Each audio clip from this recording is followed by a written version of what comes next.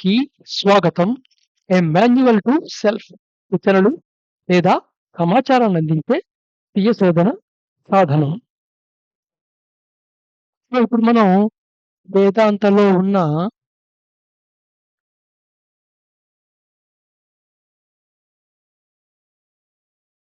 Philosophies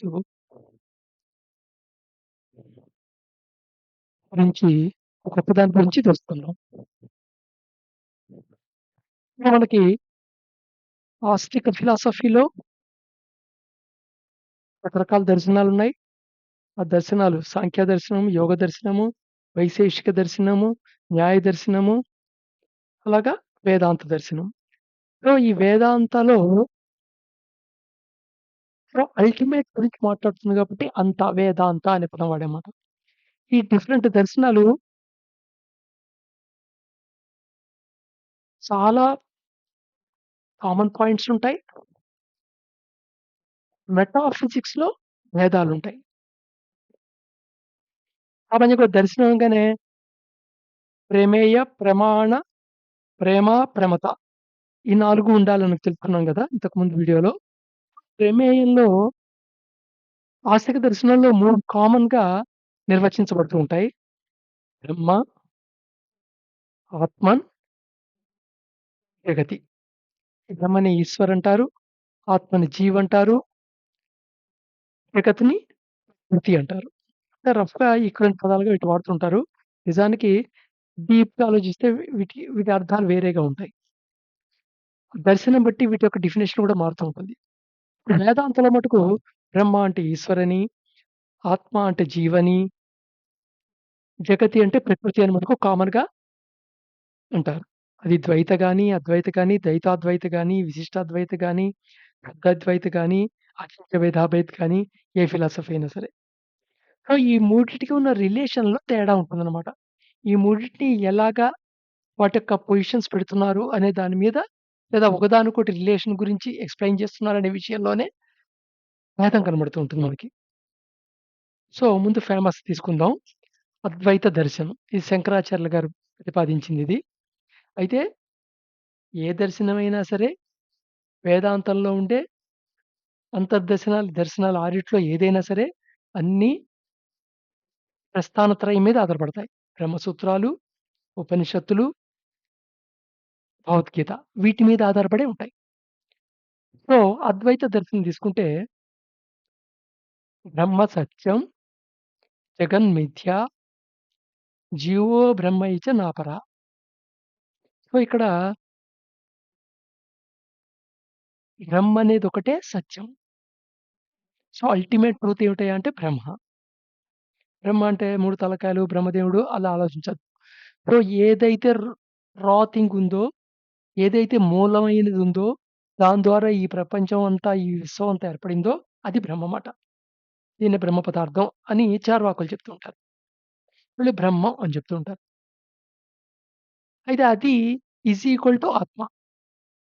so, వీళ్ళు జీవ్ అనేది చెప్తున్నారో అది ఈశ్వర ఒకటే. అందుకని అహం బ్రహ్మాస్మి అనే పదం దీంట్లో చాలా ఫేమస్.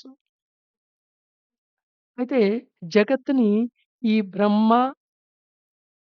అండ్ బ్రహ్మం అండ్ ఆత్మ నుండి విడదీసి చూస్తారు.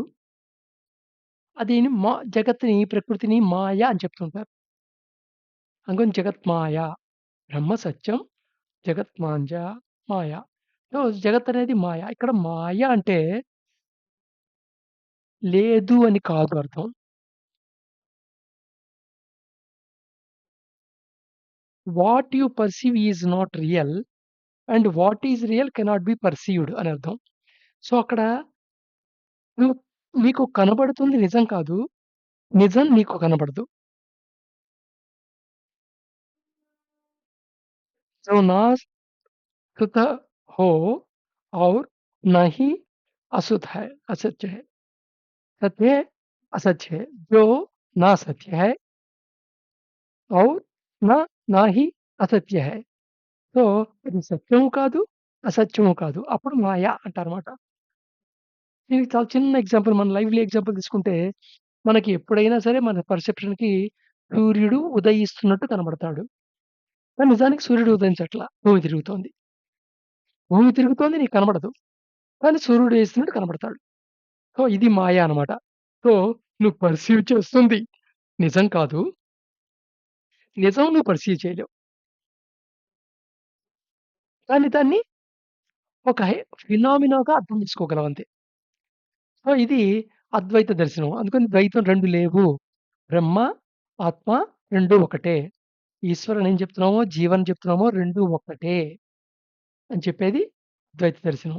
ద్వైత దర్శనం అంటే అది ఇప్పుడు చెప్పినట్టు 5 నిమిషాల్లో చెప్పిందే అల్టిమేట్ కాదు. ఓవరాల్‌గా దాని కోర్ కాన్సెప్ట్ ఐడియా వస్తుందని చెప్పాను. జనరల్‌గా అందరూ అద్వైత అనంగానే బ్రహ్మని ఈశ్వరుడితో పోలుస్తున్నాడు కాబట్టి, సో, ఈశ్వరుడు అనంగానే మనకు ఆల్రెడీ ఒక పిక్చర్ ఉంది కాబట్టి మైండ్‌లో తనే అల్టిమేట్ దేవుడు అని అర్థం చేసుకొని ఈశ్వరుడిని ప్రధాన దైవం కింద కొలవటం అనే ఒక ఆనవాయితీ ఏర్పడింది. విశిష్టాద్వైత చూసుకుందాం. విశిష్టాద్వైత దర్శనం రామానుజాచార్యుల వారు ప్రతిపాదించింది. ఇక్కడ అద్వైతం చాలా ఈ ప్రకృతి, ఈశ్వర, జీవ గురించి వివరించటానికి ఆల్‌మోస్ట్ ఆల్ ప్రయత్నం చేసినప్పటికీ, దాంట్లో ఏదో లోపం ఉన్నట్టుగా రామానుజాచార్యులకు అనిపించింది. సో, దాన్ని ఇంకొంచెం డెప్త్‌గా అర్థం చేసుకోవటం కోసమని దాన్ని ప్రతిపాదించాడు. అంతేగాని ఇది ఒకదాని ఖండన కాదు, ఒకదానికి వ్యతిరేకము కాదు.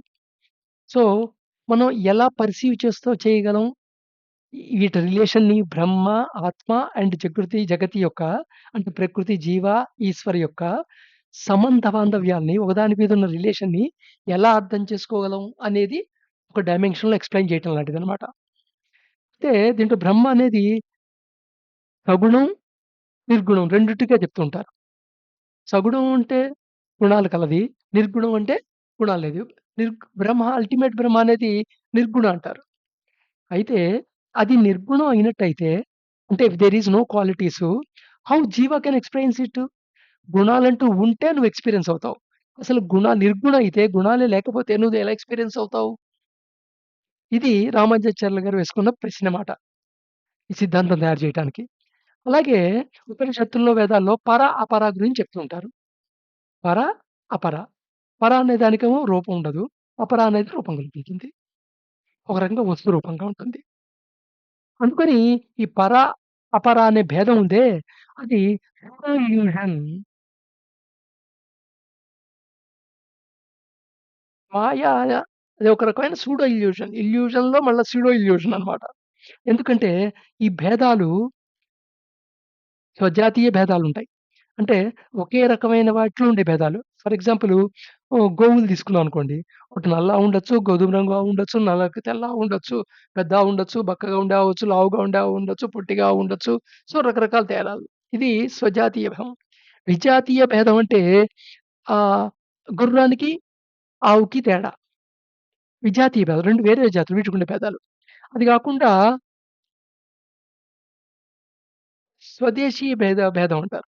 స్వదేశీ భేదం అంటే ఏంటంటే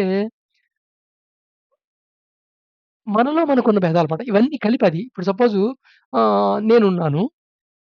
కళ్ళు నాకున్న భాగాలే, చెవులు నా భాగాలే, చేతులకి, కళ్ళకి తేడా ఉంది. సో, అదే స్పీషీస్‌లో ఉండే వేగనమాట. సో, ఈ విశ్వంలో బ్రహ్మ, ఆత్మ అండ్ జగతి అనేవి స్వభేదానికి సంబంధించినవి. సో, ఈ డిఫరెన్సెస్ మాయ అనే భావన ఎందుకు కలుగుతోందంటే, ఈ డిఫరెన్సెస్ ఉండటం, అట్ ద టైమ్ సిమిలారిటీస్ ఉండటం వల్ల. అందుకని ఇతను ప్రపోజించిందేంటంటే, ఇప్పుడు ఆహ్, ఆత్మని, బ్రహ్మని ఒక కేటగరీలో, జగతిని వేరే కేటగరీలో అద్వైతంలో పెడితే, విశిష్టాద్వైతంలో ఇవి ఒక దాంట్లో ఒకటి మిడినట్టు పెడతారు. అంటే ఇవన్నీ కలిపే బ్రహ్మ అనేది. ఇవన్నీ భాగాలన్నమాట. నా శరీరంలో కాలు, ముక్కు, చెవులాగా ఈ జీవ అనేది మళ్ళా బ్రహ్మలో భాగం. జగత్ అనేది బ్రహ్మలో భాగం. సో, అంటే ఈ జగతంతా విశ్వవ్యాపం అయ్యుంది. ప్రతి చోట, ప్రతి అణువులో ఉంది. ప్రతి విశ్వవ్యాపం అయ్యుంది. కానీ దాంట్లో సగతా భేదాన్ని మనం పర్సీవ్ చేయగలుగుతున్నాం కాబట్టి, ఈ మాయ అనేది లేదా అద్వైతం అనే భావన కలుగుతోంది. 2 అని చెప్పిన తర్వాత 2 ఒకటే అని చెప్తున్నావు. అలా కాదు ఇవి గుణాల్లో తేడాలే తప్ప ఇవంతా కలిపి ఒకటే. అంటే అద్వైతంలో చెప్పిందే బట్ ఇంకో పర్సెప్షన్‌లో చెప్తున్నట్టు లెక్క. బట్ ఏంటి ఆ ఫిగర్ అంటే ఇక్కడ మూడిటిని విడదీసి ఉంటాం. రెండిట్లో ఒక గ్రూపు, ఒకటి ఒక గ్రూప్ కింద కట్టుండదు. ఎలా ఉంటుందంటే ఒకదానిలో ఒకటి మిడినట్టుగా ఉంటుంది. సో, బ్రహ్మలో ఆత్మ, ఆత్మలో ప్రకృతి. అలా ఉంటుందన్నమాట. సో, రేపు మిగతా దర్శనాల గురించి చూద్దాం.